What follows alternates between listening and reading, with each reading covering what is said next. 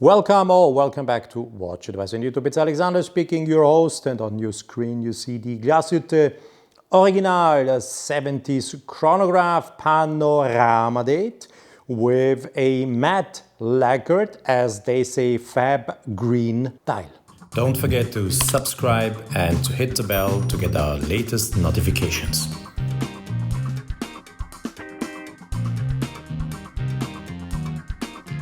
70s chronograph panorama date, 70s nominist omen in this case, meaning that, yeah, the design is linked to the 1970s, but must not, in my humble opinion, because this is a very contemporary and very sought after design. As I heard from the people from Glashütte Original, this is a bestseller meanwhile. Who would have expected such a watch to sell as good as it does? Yes, it is because people are seeking for watches that do differentiate them from others when wearing them, or simply a design that is in general not a common design and is a little bit thought out of the box. And there you go, you have one. It's a huge success and now available with they call it matte lacquered fab green dial, and it has a certain dégradé effect. You can clearly see here on the outside the dial is darker green, and the more you get to the center of the dial it is getting lighter. Let me talk about the dimensions of this 70s case. It's 40 by 40 millimeters, meaning 40 millimeters, but if you are measuring correctly, then you will quickly note that the so-called lug to lug distance, that's the distance I always indicate from one lug end to the other lug end, is 42 millimeter. It's clear because the lugs are a bit longer than the case itself. The thickness of this case is 14.10 millimeter, and it is waterproof up to 100 meter. That's something.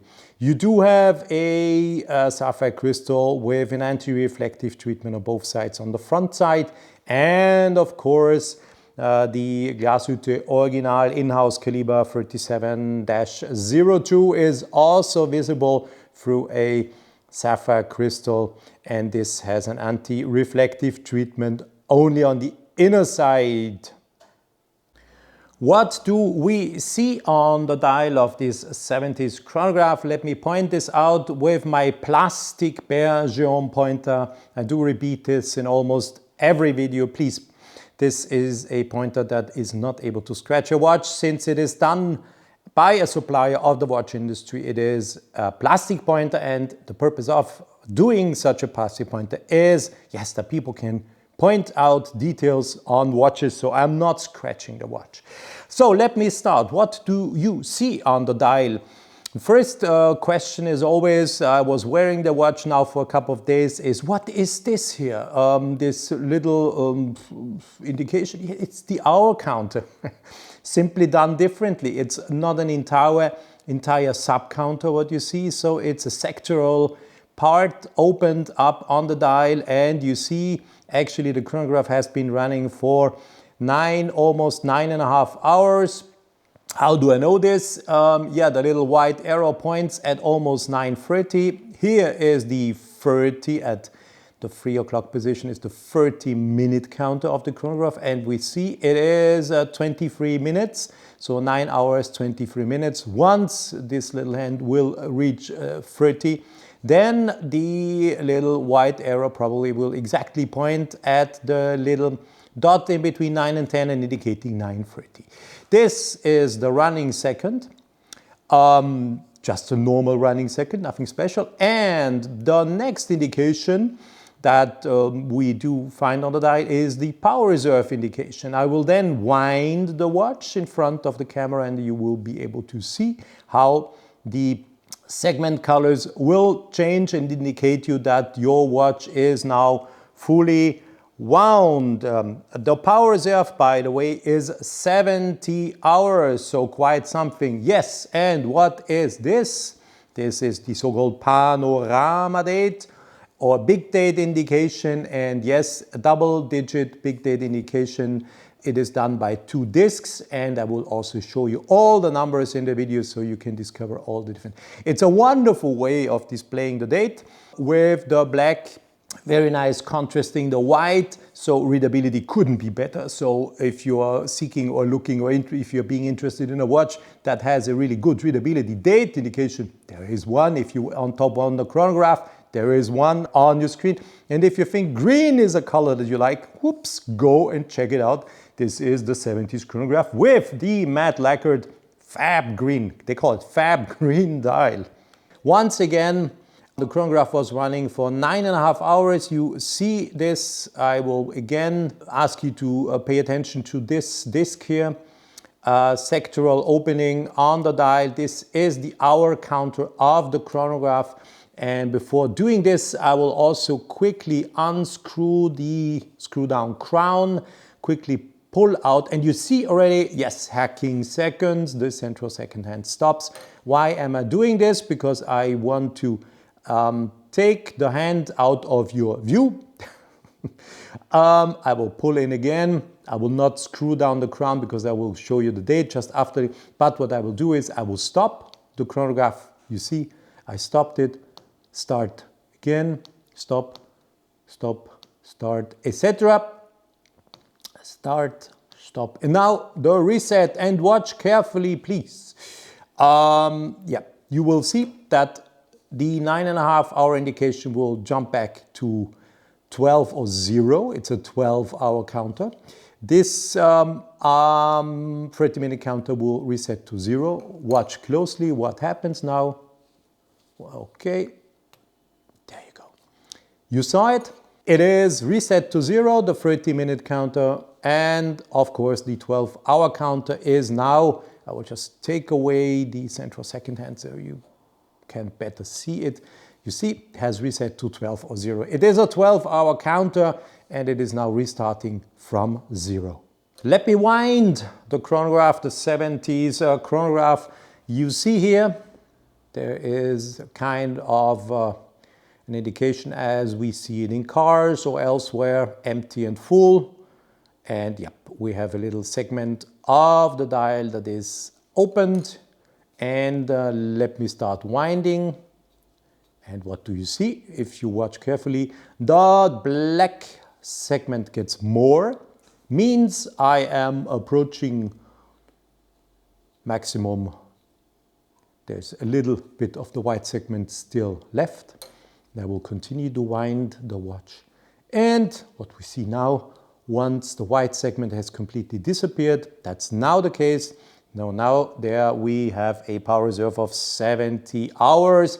And if you wear the chronograph as it is an automatic movement, you will anyhow have no problems. The watch will wind itself by being worn. But if you lay down the watch, and you can here see, the more white you see, the less power reserve you have. And there is one remaining question. Is this probably also a flyback chronograph or not? I can tell you it is, so watch closely.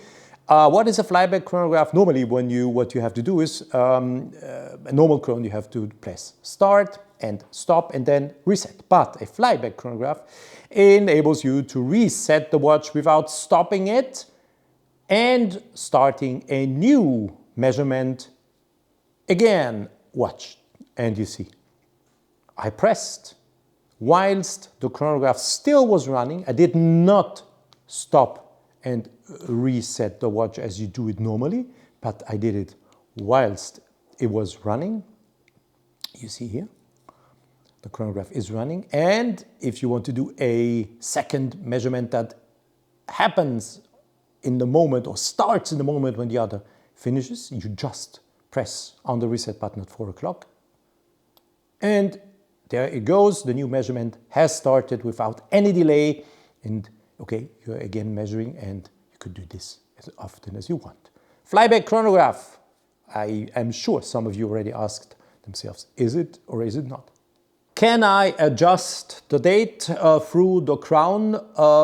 Nope, that's not possible. First position is winding, and already the second position of the crown, as you just see it right now, stops the entire movement. hacking seconds, the entire movement is stopped. You may set the time now. How do you set the date? Easy. There is here a push piece, integrated push piece at 10 o'clock.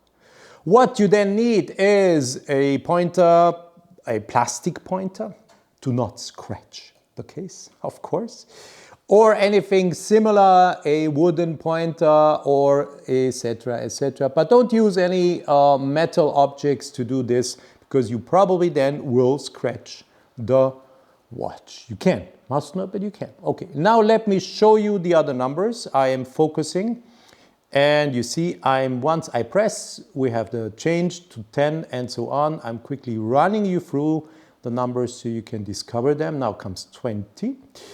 And let's go on to the 30th. Here is the 30th.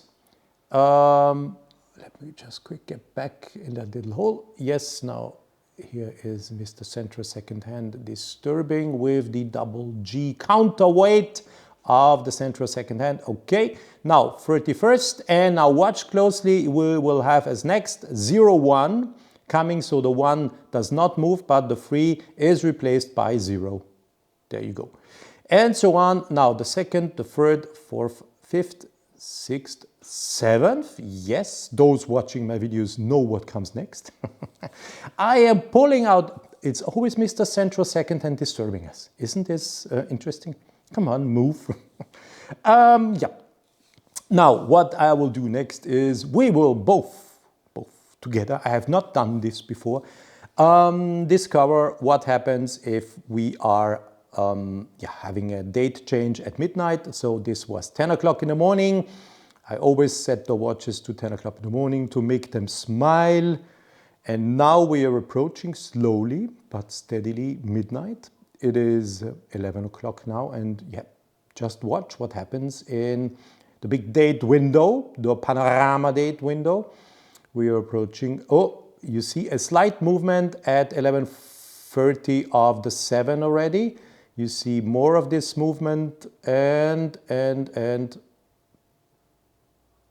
the changing process is done at 8-9 minutes past. So it is not an instantaneous date change as we saw, and the entire procedure takes around 35, 36, 7 minutes. That's what I was just showing you here. Now let me put the watch back to 10 o'clock and make it smile again for you.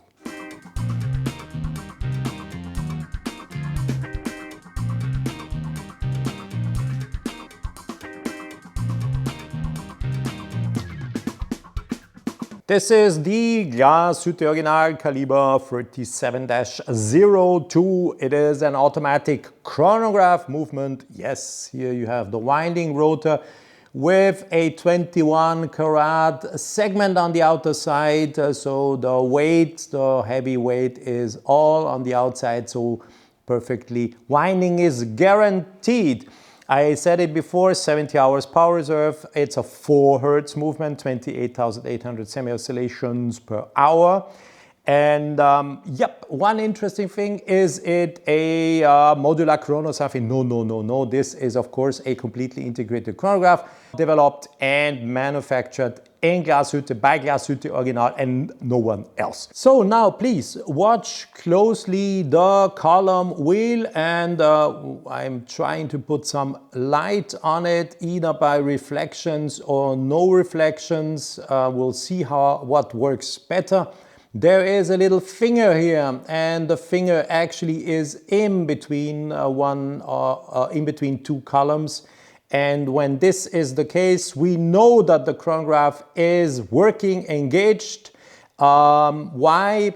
Since this little move from being on top of a column and falling in between two columns either connects or disconnects the chronograph central wheel with the gear train of the watch. So watch now what happens. Oh, watch, too much watch here. Now it is disconnected. You see that the little nose is now on one of the columns and not in between. And you can see here, I will turn the watch around. I stopped the chronograph, so I'm not telling any silly things. If you don't believe me, here, chronograph is stopped. And I will point out again and show this to you. And now watch, starting, you've seen the column wheel moved and the little nose fell in between the two columns. And if I turn the chronograph around, you see I've been reactivating it. I said it before, the sapphire crystal of the case back does not feature an anti-reflective treatment on the outside. So this is why you do see all these reflections. But why am I doing this? Please concentrate for a second on the intermediate chronograph lever. This is the intermediate chronograph lever that interacts with the column wheel, and this intermediate chronograph lever also features that little nose that either falls in between the two columns or sits on a column. But the thing is, concentrate here on this lever. I will activate it now, and you should see, yes, you can see it. Excuse me the reflections, but I've been trying how to show, I was experimenting a little bit how to show this to you. But the interesting thing is, if you look at the end of that lever, there is a connection to another lever, and this does nothing else than just indicating on and off. I have never before seen a chronograph having a display function to say if the chronograph is on or off. You who watch our videos know now that little nose in between the columns, the chronograph is activated. We don't need this indication because we are now technically aware of what happens. But it's interesting. You see, I do it again. Look, here is that lever connecting to the other lever. And here is written off, on. And please watch. I will try to play a little bit around in the light. Hopefully you will be able to see this. Yeah, we can see it. I see it on my little monitor. You see? And now, is the chronograph on or off? Actually, what do you say? It's on. Now it's off. And if we do correctly look here, the extension has moved to the right. What is written there? Off. I will start the chronograph. It's on. The nose of that lever, of the intermediate chronograph lever to be precise, has fallen into the columns and been pushing. The extension to the left was written on. Quite interesting. I have not seen anything comparable before. Interesting, yes. Let me try to show this way, but I think you should be able to discover this. On and off, displayed on the backside. Yeah, I am not sure why they have done it, but interesting thing, off and on indication on the chronograph, for the chronograph functions. What I do point out now is the 3/4 blade with a stripe finish. So you see here the typical Glashütte 3/4 bridges. It is a regulator-free fine adjustment, a skeletonized rotor with double G symbol, and I said it before, with the 21 karat oscillating weight. You have, of course, polished steel parts, beveled, polished edges, and screws, polished and blued. Yes, it is a real in-house Calibre manufactured by Glashütte Original, and you have a real luxury finish, gorgeous watch, a gorgeous movement, and a very, turning it around, oh look, now it's perfect, reflecting, and you see all the stripes, the finishings come to your screen. Yeah, what I wanted to say, a very particular design, but yes, very popular, very popular.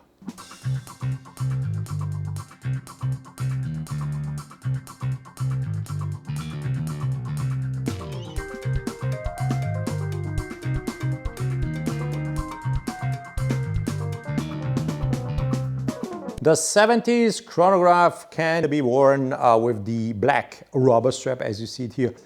Is that a strap tapering? It is 26 down to 18, and folding clasp 26 to 18, quite a lot. You can, if you don't like that rubber strap, also choose a nubuck leather strap or a bracelet. Unfortunately, I do not have them to show you them live, but we do show pictures instead, and you can imagine how they would look like. So this is a folding clasp with a double security. You need to press, then it opens up, and we see it is not a folding clasp but a butterfly folding clasp, to be precise. How do you do any length adjustments? Very easy. You find your appropriate little hole, then you insert the pin. Here is the pin. Yes, you slide through, and you will then fix the pin. And then what I recommend, you first close one side, this side, then you slide in already into the first loop. Best would be to slide in both loops at the same time. And you slide in, and then you make click, and as you see, the folding clasp is now, the butterfly folding clasp is closed, and the end of it is being fixed by the loops. The first loop, this one, you can't move. This one is moving, so you can adjust the length if you need to do that. So let me quickly come back to the back side and to that interesting indication of on and off, on and off. And what I do want to show you is what happens if we are playing around with the flyback function. So watch closely. Just let me show. The chronograph is running, as you see. It is the central second hand is swiping gently over the dial in 1/8 of a second. And now, coming back to our levers, you will see that when I press the reset button, the nose will be lifted out of the columns. It has to be the central chronograph, the central chronograph wheel has to be disengaged of the running mechanism, otherwise it will break. And what else will happen? You will see that here, this will move to the other side and indicate to you that the movement is stopped for the time you are doing the flyback. You see here, and when I'm still pressing on it, and when I release, you can see the moves. Watch first here. It moves to the right as long as I press on it. The little nose is lifted, of course has to, because the central chronograph wheel has to be disengaged, otherwise it could not be reset. Wait, look, and follow my moves. You see, it moved to the right. You can see that the nose has been lifted out of the column wheel, and once I release the reset button here, we can again see that this little part moves prominently to the left, it says on again, and first it said off, and here the little nose has again fallen in between the columns. Let me show this again, what I have been describing. Now, disengaged, reset is done, and the start of the chronograph happens in the second, or in the, reset and start again. Reset and start again. Reset and start again. So maybe now we do have a better understanding of what we do see here on the backside with that on and off function. I still am not sure why they did it, but okay. Maybe some of you have a good explanation for it. Loom shot of the 70s chronograph. So what do you think? Is this enough? I would say yes. Everything is readable, the hours, the minutes, and you clearly have indicated, yes, also the hours on the dial. nicely done. And still at position 3 and 9 o'clock you have a small little dot. Hey, stop, stop, stop. Don't bring the watch into water. No, no, no, no, guys. This 70s chronograph is waterproof up to 100 meters. I told you before, so don't worry. Yeah, it's perfectly done also for yeah, sporting activities. So you can really trust 100-meter waterproof is okay. So, and if you are wearing it either with the rubber strap or the woven tissue strap, you can bring it to water. There's also a version with a rubber strap. I wouldn't recommend doing that, but as you see it here, let's go. And there you go. And we do, as with all the other watches, when you are following the videos we're doing here in summer, when I bring those watches into water, same effect once again. So in a certain angle, the dial mirrors the surface or what you see underwater and is no longer showing time. So this is, yep, time in, time out function. That's how it is. And yep, looking good. Excellent 40 by 40 millimeters. 70s chronograph with that green dial. Looks gorgeous if you are into green, I have to say. And yeah, nice watch, I have to say. Let's bring it back into water. And yeah, here we go.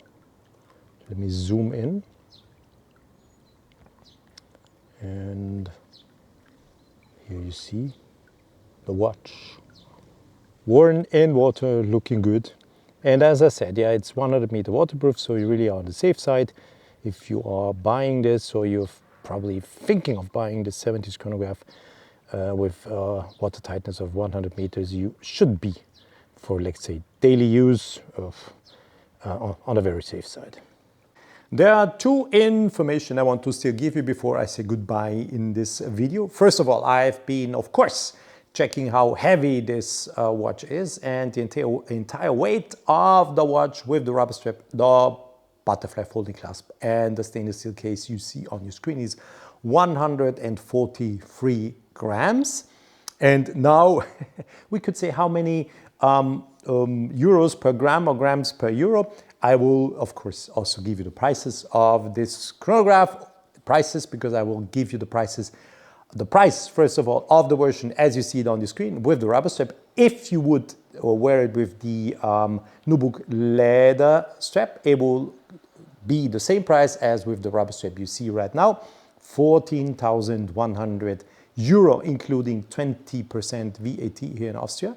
So if you want to have the net price, please deduct those 20% minus 16.666%. You will get the net price.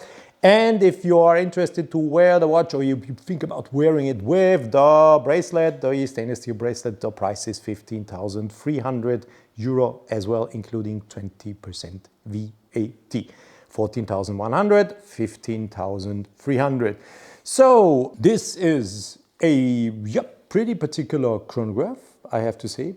Particular design. I would have never thought that this design could be so popular, but the fact is that Glashütte in the moment is not able to deliver all the watches the market is absorbing. Congratulations. What you get anyhow is a watch from a German manufacturer. The watch is entirely assembled by hand, so you really get an horlogerie watch, and a watch with an in-house movement that looks gorgeous, by the way, and features a nice thing I have discovered with you together, this on and off function, so we can follow the on and off moves of the chronograph center hand, either start-stop or flyback, meaning the reset during the watch or the chronograph is ticking or running. So thanks for watching. Your comments are now very much welcome in the comment section. Tell me what you think. Do you like this dégradé dial that starts in a darker green outside and gets in a lighter green in the center? Do you like the hour counter? This is something you would say is a nice idea, not to have another counter on the display. This is enough to know. What about the big date? Panorama date, do you like it? The power reserve indicator. Just let me and let me know what you think. Share the thoughts with me as always. And thanks for watching another video here on WatchAdvisor and YouTube. Stay tuned, there's much more to come. Bye-bye.